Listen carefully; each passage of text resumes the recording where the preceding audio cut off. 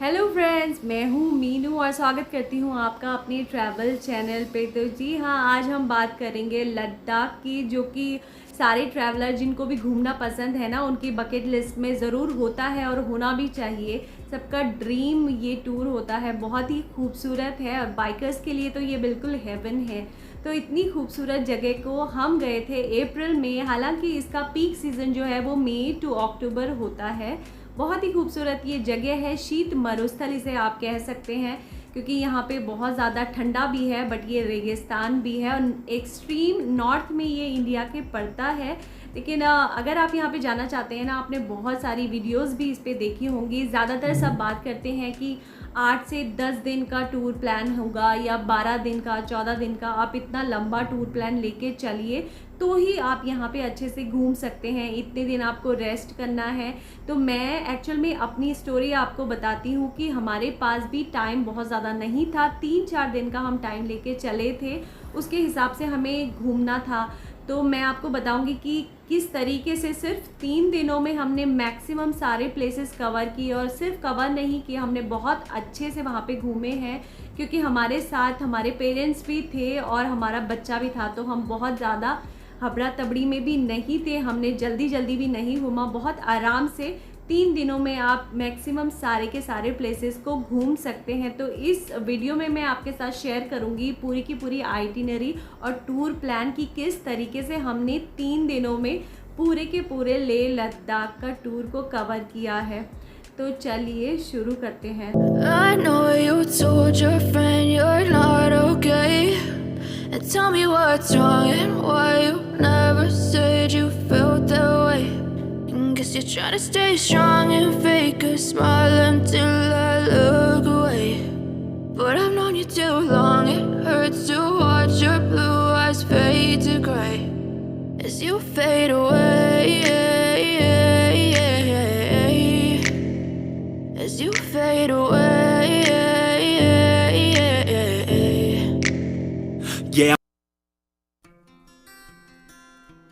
तो लेह में 9-9:30 बजे हमने लैंड किया और लैंड करने के बाद बिल्कुल खाना खा के होटल में हमने पूरे दिन भर आराम किया। और 3-3:30 बजे जब हम उठे हैं तो उसके बाद निकल पड़े हम लेह की सैर पे। सबसे पहले हम चलते हैं हॉल ऑफ फेम की तरफ, जो कि रिंचिन चौक से होते हुए जाता है। हॉल ऑफ फेम की टाइमिंग है सुबह 9 बजे से 11 बजे ये खुला हुआ रहता है और शाम को 3 बजे से 7 बजे तक। आप हो सके तो सबसे पहले हॉल ऑफ फेम में घूम के आइए, क्योंकि वो शहर के बिल्कुल नज़दीक भी पड़ता है और उसका टाइमिंग भी फिक्स है, इसलिए सबसे पहले वहाँ जाएंगे। हॉल ऑफ फेम मंडे को क्लोज़ रहता है और ये भारत पाकिस्तान युद्ध के दौरान जान गंवाने वाले सारे सैनिकों की याद में ये म्यूज़ियम बना हुआ है। यहाँ पे आप देख सकते हैं सारे सैनिकों की, और सियाचिन पे जो तैनात है ना हमारे सैनिक, उनके आप देख सकते हैं कि कपड़े किस तरीके के हैं और उनके हथियार किस तरीके के रहते हैं, कैसे कैसे वो वहाँ पे जाते हैं, किस तरीके से वो टेंट में रहते हैं। वो सारी चीज़ें आपको यहाँ म्यूज़ियम में देखने को मिलेंगी। बहुत सारी चीज़ों, बहुत जगह पे यहाँ पे कैमरा अलाउड नहीं है, लेकिन मोस्ट ऑफ द प्लेसेस पे कैमरा अलाउड है। तो नेक्स्ट इसके बाद हम चलते हैं शांति स्तूपा में, जो कि जैपनीज़ एंड बुद्धिस्ट स्टाइल में बना हुआ है। 14th दलाई लामा ने इसको बनवाया था और 1983 से ये बनना शुरू हुआ था। 1991 में कहीं जाके ये पूरा हुआ था। 84 में यहाँ पे सड़क आ गई थी। लेह की चोटी में ये खूबसूरत सा बना हुआ है। एंट्री फीस है यहाँ की 30 रुपीज़ एंड टाइमिंग है 7 AM to 8 PM। इतने घंटों में आप यहाँ पे पूरे दिन भर में कभी भी आ सकते हैं। लेह की क्योंकि सबसे ऊंची चोटी पे ये बना हुआ है, तो पूरा लेह शहर यहाँ से बहुत ही खूबसूरत दिखता है और पूरे लेह शहर से भी आप इसको आराम से देख सकते हैं।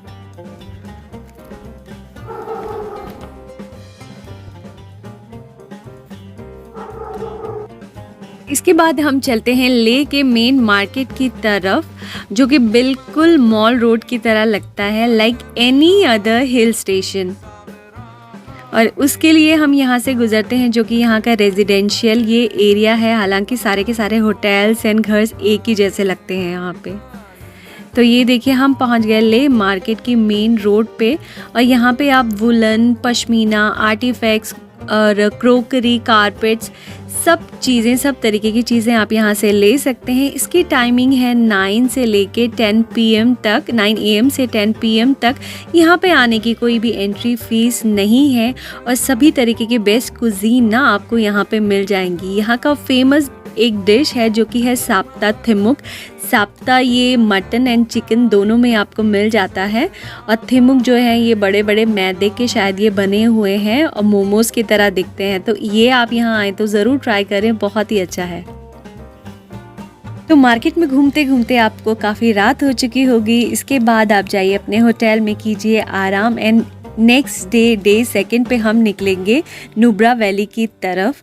हो सके तो आप बिल्कुल अर्ली मॉर्निंग निकलिए और यहाँ से नुब्रा वैली है लगभग 5 घंटे का सफ़र है। रास्ते में हमें बहुत सारी चीज़ें आज मिलने वाली हैं तो उसको हम कवर करते हुए जाएंगे।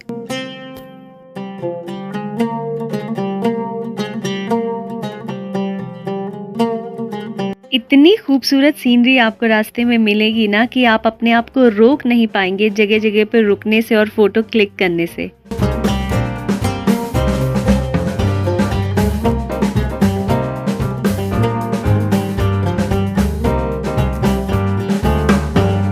वैली के रास्ते में जो पहला अट्रैक्शन जो पॉइंट पड़ता है वो है खारडुंगला पास, जो कि लेह से लगभग 80 किलोमीटर की दूरी पे है और 1.5 घंटा लेह से यहाँ आने में लगता है। ये 18,380 फीट ऊंचा है और वर्ल्ड का हाईएस्ट मोटरेबल पास है। समुद्र तल से इसकी ऊंचाई है लगभग 18,000 फीट। 12 महीने यहाँ पे बर्फ़ से ढका हुआ रहता है और यहाँ पे आपको सिर्फ 15 से 20 मिनट ही रुकना है, क्योंकि हो सकता है कि कम ऑक्सीजन की वजह से आपकी यहाँ पे तबीयत ख़राब हो जाए, तो इसलिए सिर्फ आपको 15 से 20 मिनट ही यहाँ पे रुकना है। अब आगे बढ़ते हैं और हम पहुँचते हैं कलसर पे, जो कि फ़ेमस है अपनी ATV राइड्स के लिए। 420 रुपये का पास बनता है, इनर लाइन परमिट। वो आपको चिंता करने की ज़रूरत नहीं है, जो भी कैब ड्राइवर होगा ना वो बना देगा। ये 10 kilometre far from Nubra valley, यहाँ से सिर्फ 10 किलोमीटर दूर ही है। 15 मिनट की राइड के आपको लगते हैं 1200 रुपये पर हेड।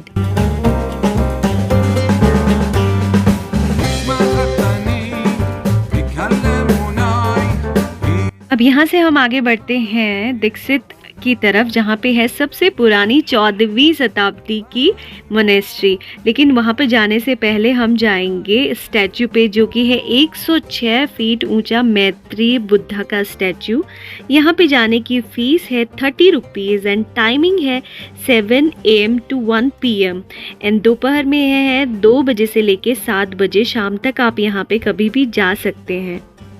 यहाँ पे ये इतनी ऊंचाई पे बना है ना, पूरा दीक्षित शहर यहाँ से आपको नज़र आ जाएगा। बहुत ही खूबसूरत लगता है और बिल्कुल सारे टूरिस्ट की हॉट लिस्ट में होता है। यहाँ तो सब जाना ज़रूर पसंद करते हैं। इसका उद्घाटन दलाई लामा ने 2010 में किया था और वर्ल्ड पीस को ध्यान पे रखते हुए किया था। 7 AM to 7 PM है इसकी टाइमिंग। और अब हम इसके बाद जाएंगे दीक्षित मोनेस्ट्री, जो कि यहाँ से बिल्कुल बगल में ही नज़र आती है। दीक्षित मोनेस्ट्री जो कि 14वीं शताब्दी में बनी हुई यहाँ की लगभग सबसे पुरानी मोनेस्ट्री है।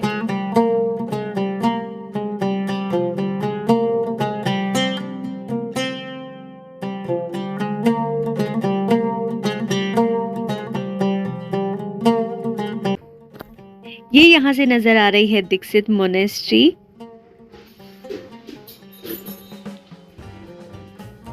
पूरे दीक्षित शहर से भी ना ये स्टैचू आपको सब जगह से नज़र आने वाला है।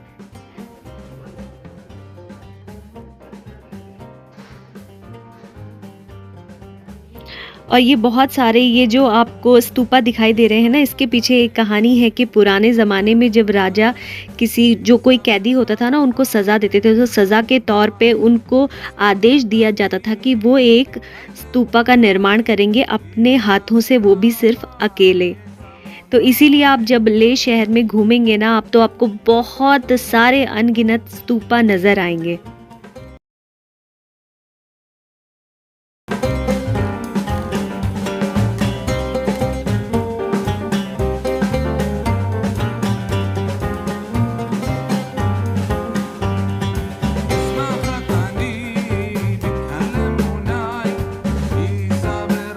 बाद आता है हुंदार सैंड ड्यून्स, जो कि अशोक नदी के किनारे बसा हुआ है। लद्दाख का रेगिस्तान इसको कहते हैं। 127 किलोमीटर फार फ्रॉम ले, तो ये ले से 127 किलोमीटर दूर है। नुब्रा वैली यहाँ से कुछ ही दूर है और फेमस है ये अपने डबल हम्प कैमल के लिए।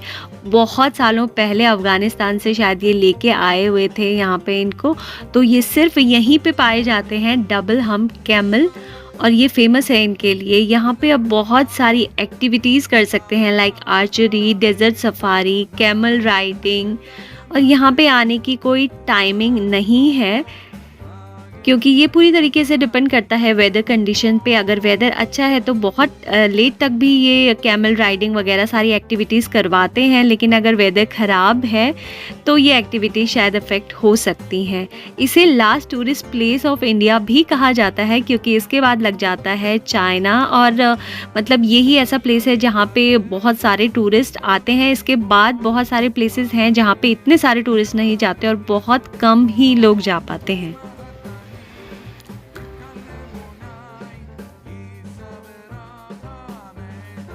तो देखिए यही खूबसूरती है लद्दाख की, कि अभी कुछ ही घंटे पहले हम थे बिल्कुल बर्फ़ से ढकी हुई पहाड़ियों के बीच, और अब हम आ जाते हैं बिल्कुल सैंड ड्यून्स पे। यहाँ पे है रेगिस्तान, एक तरफ है यहाँ पे नदी भी बह रही है।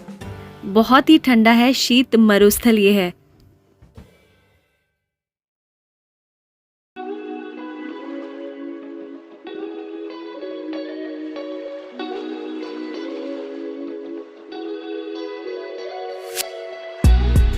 अब क्योंकि यहाँ आते आते हम पहुँच चुके हैं नुब्रा वैली के बिल्कुल पास, तो आज डे 2 पे हमको यहीं पे रुकना है। उसके लिए हमने चूज़ किया है ये कैंपिंग। बहुत ही अच्छा है, 2 से 3 हज़ार के रेंज में आपको ये बहुत ही अच्छे कैंप मिल जाएंगे। एप्रिकॉट की बहुत यहाँ पे खेती होती है, तो शायद इस जगह का नाम भी इसीलिए एप्रिकॉट गार्डन था। बहुत ही खूबसूरत था, तो आज की रात हमने यहाँ पे बिताई है। नुब्रा वैली में यहीं पे ही आर्मी का बेस कैंप भी है और मेडिकल फैसिलिटीज़ भी सारी हैं। आर्मी का हॉस्पिटल भी यहीं है। अगर आपकी तबीयत या किसी भी जानने वाले की तबीयत अगर ख़राब होती है ना, तो आप मेडिकल इमरजेंसी कोई भी है तो वहाँ पे आप जा सकते हैं एंड फ्री ऑफ कॉस्ट आप इलाज करवा सकते हैं। और अगर ऑक्सीजन सिलेंडर भी आपको रीफ़िल करवाना है तो फ्री ऑफ कॉस्ट वो कर देते हैं, फ्री ऑफ कॉस्ट रीफ़िल कर देते हैं आपके ऑक्सीजन सिलेंडर को। तो मेक श्योर कि अगर सिलेंडर खाली हो रहा है ना तो यहीं से आप भरवा दीजिए, क्योंकि बहुत लंबे रास्ते तक आपको फिर कुछ भी नहीं मिलने वाला। टेंट बहुत ही अच्छा एंड वार्म था। नेक्स्ट डे 3rd डे को नुब्रा से निकले हम पैंगोंग लेक के लिए। मेक श्योर कि आप अर्ली मॉर्निंग निकल जाइए, तो फिर आराम से आप रुक रुक के ना सारे प्लेसेस को घूम सकते हैं। पैंगोंग लेक जाते हुए रास्ते में हमें इतनी खूबसूरत सीनरी मिलती है कि आप बिल्कुल रोक नहीं पाएंगे आपको जगह जगह पर रुक के फ़ोटोज़ एंड वीडियोज़ क्लिक करने के लिए। रास्ते में एक जगह पड़ती है पोंग करके, तो क्योंकि हम अप्रैल में गए थे तो उस टाइम बस जस्ट बर्फ़ पिघलना ही शुरू होती है, वो पीक सीज़न नहीं होता है। तो ये घास के जो आपको टीले दिख रहे हैं ना, ये भी इतने ग्रीन नहीं लग रहे हैं। ये जस्ट आप मई ऑनवर्ड्स, अगर आप मई से लेके अक्टूबर के महीने में आएंगे ना तो आपको और ज़्यादा ये ग्रीनरी लगेगी। यहाँ पे बहुत सारे हॉट वाटर स्प्रिंग्स भी हैं। बहुत ही फ़ोटोजेनिक एंड खूबसूरत जगह है ये। बस अब इसके बाद हम पहुंच जाते हैं पैंगोंग लेक पे। जी हाँ, ये वो ही पैंगोंग लेक है जो 3 इडियट्स मूवी के क्लाइमेक्स सीन में आपको दिखाई गई है। बहुत ही खूबसूरत है। लेक एक्चुअली यहीं पे ही थी, लेकिन उस मूवी के बाद जब से वो मूवी का शूट यहाँ पे हुआ है, ये जगह बहुत ही ज़्यादा टूरिस्ट के लिए फेमस हो गई है। ये क्योंकि डायरेक्ट यहाँ पे सूरज की रोशनी पड़ती है, तो दिन में ये 3 से 4 बार ये लेक अपना कलर चेंज करती है। ये 2 देशों में बटी हुई खारे पानी की एक लेक है। 2 देशों में मतलब 60% हिस्सा इसका जो है वो चाइना में पड़ता है एंड 40% ही सिर्फ इंडिया में पड़ता है। यहाँ पे आने के कोई चार्जेस नहीं हैं और टाइमिंग्स भी नहीं है। चार्जेस सिर्फ एक जगह पे 10 रुपये का एक टोल कटता है, वो भी सिर्फ इसलिए ताकि यहाँ के जो लोकलाइट्स हैं ना वो इस झील को साफ रख सकें। झील के किनारे इस तरीके से 3 इडियट मूवी के सीन्स को रिक्रिएट करने के लिए ये बहुत सारी ये उस मूवी के स्कूटर एंड ये बहुत सारी चीज़ें रखी हुई हैं ताकि आप यहाँ पे फ़ोटोज़ क्लिक करवा सकें।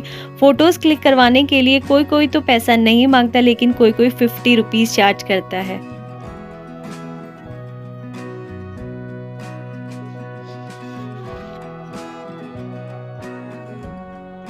All is well.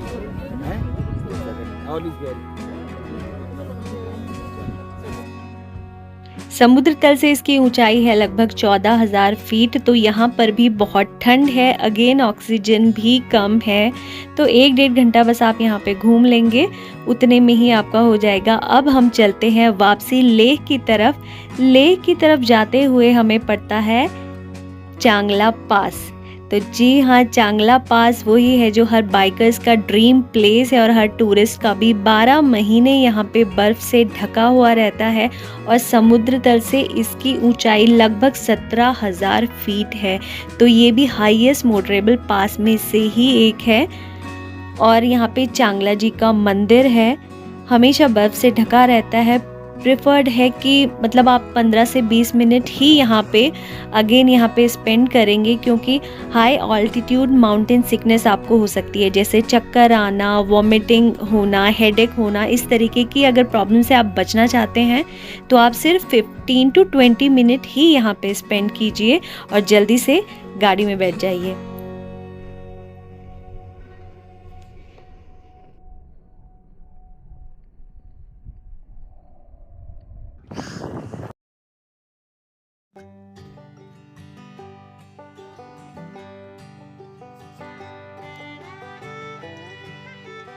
अब हम आगे बढ़ते हैं लेह की तरफ। ये जो हमें दिखाई दे रही है ये है थिक्सी मोनेस्ट्री।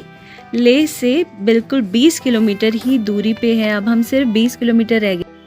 तो इसके बाद थिक्सी में ही आगे बढ़ते हुए आपको पड़ता है रैंचो स्कूल। जी हाँ, ये वही वाला स्कूल है जो 3 इडियट्स मूवी में दिखाया गया है, जहाँ पे बहुत सारे किस्म के उसके बच्चे ना एक्सपेरिमेंट करते होते हैं। लेकिन ऐसा यहाँ पे कुछ नहीं होता, ये एक नॉर्मल स्कूल है और 6 बजे ये बंद हो जाता है। बस ये स्कूल 3 इडियट्स मूवी आने के बाद कुछ ज़्यादा ही फेमस हो गया है, लोग यहाँ पे जाते हैं और फ़ोटो खिंचवाते हैं।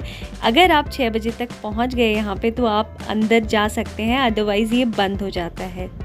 तो बस डे 3 यहीं पे एंड होता है। इसके बाद हम गए हैं होटल में और किया आराम।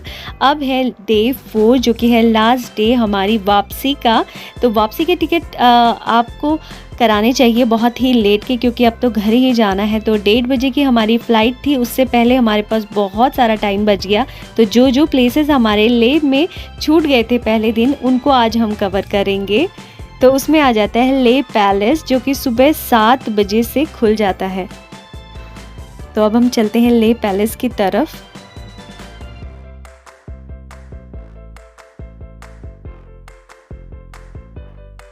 लेह पैलेस में 9 फ्लोर है, 9 मंजिला ये इमारत है। ऊपर के जितने भी फ्लोर्स हैं वो रॉयल फैमिली के रहने के लिए थे, नीचे के फ्लोर्स जो हैं वो स्टोर रूम के तौर पे यूज़ किए जाते थे। अब इसे म्यूज़ियम में कन्वर्ट कर दिया गया है। यहाँ से आप पूरे ज़ंस्कर माउंटेन का व्यू ले सकते हैं। 1553 से इसको बनाना शुरू हुआ था। फ़ीस है इसकी 15 रुपये पर हेड। टाइमिंग है इसका 7 AM to 4 PM, 7 बजे से लेके शाम 4 बजे तक आप यहाँ पे घूम सकते हैं। अब इसके बाद हमारा रह गया था कुछ शॉपिंग करना। तो शॉपिंग के लिए जो मेन मार्केट है अब हम उसमें नहीं जाएंगे। अगर आपको यहाँ का लोकल बहुत ही अच्छा मार्केट अगर आपको घूमना है ना, तो आप जा सकते हैं तिब्बतियन रिफ्यूजी मार्केट, जो कि बिल्कुल मेन मार्केट के पास में ही है। लेकिन यहाँ पे आपको मिलेंगी बहुत ही अलग खूबसूरत चीज़ें गिफ्टिंग के लिए, आप यहाँ से ले जा सकते हैं। यहाँ के लोकलाइट्स का जो ज्वेलरी है ना, वो होती है ये ब्लू कलर का स्टोन होता है और जो कि सिल्वर पे बनाया जाता है। यहाँ का ये फेमस ज्वेलरी है। इस तरीके की बहुत सारी ज्वेलरी हमने परचेज़ की। टर्कोइस कलर का जो स्टोन है वो यहाँ का फेमस है। सारे टूरिस्ट यहाँ से ज़रूर इस चीज़ को लेके जाते हैं। तो यहाँ से आप बहुत सारी चीज़ें ख़रीद सकते हैं, जैसे wind chime, show pieces, prayer flags हैं, सिंगिंग बोल्स हैं, Ferran, pashmina and dry fruits के लिए तो ये फेमस है ही। ड्राई फ्रूट्स या आप यहाँ से ख़रीद सकते हैं। तो बस मार्केट के बाद हमारा टाइम हो गया वापस जाने का। हम आ गए हैं एयरपोर्ट। अब हम पकड़ते हैं यहाँ से फ़्लाइट दिल्ली के लिए। तो बस इसके बाद हमने लैंड किया 4 डिग्री से लेके सीधा 42 डिग्री टेम्परेचर पे दिल्ली में। तो आपको वीडियो कैसा लगा आप ज़रूर बताइए। एंड आपके कोई भी क्वेश्चन अगर वहाँ के बारे में है तो कमेंट सेक्शन में आप पूछ सकते हैं। हम पूरी कोशिश करेंगे उसके आंसर देने की। तो वीडियो पसंद आया हो तो like share and subscribe to our channel. मिलते हैं अपनी नई वीडियो में। Till then bye bye, take care and thanks for watching.